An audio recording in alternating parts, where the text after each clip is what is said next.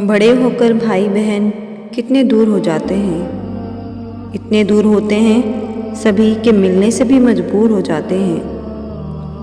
एक दिन भी जिनके बिना नहीं रह सकते थे हम, सब जिंदगी में अपनी मसरूफ़ हो जाते हैं। छोटी छोटी बात बताए बिना हम रह नहीं पाते थे, अब बड़ी ही मुश्किलों से हम सब कुछ अकेले ही सह जाते हैं। ऐसा भी नहीं कि अब उनकी अहमियत ही नहीं कोई, पर अपनी तकलीफ़ें अब उनसे छुपाए जाते हैं। ये रिश्ते नई ज़िंदगी से जुड़ते चले जाते हैं और बचपन के ये रिश्ते कहीं बहुत दूर हो जाते हैं। खेल खेल में रूठना मनाना रोज़ रोज़ की बात थी, अब छोटी सी गलतफहमी से दिलों को दूर कर जाते हैं।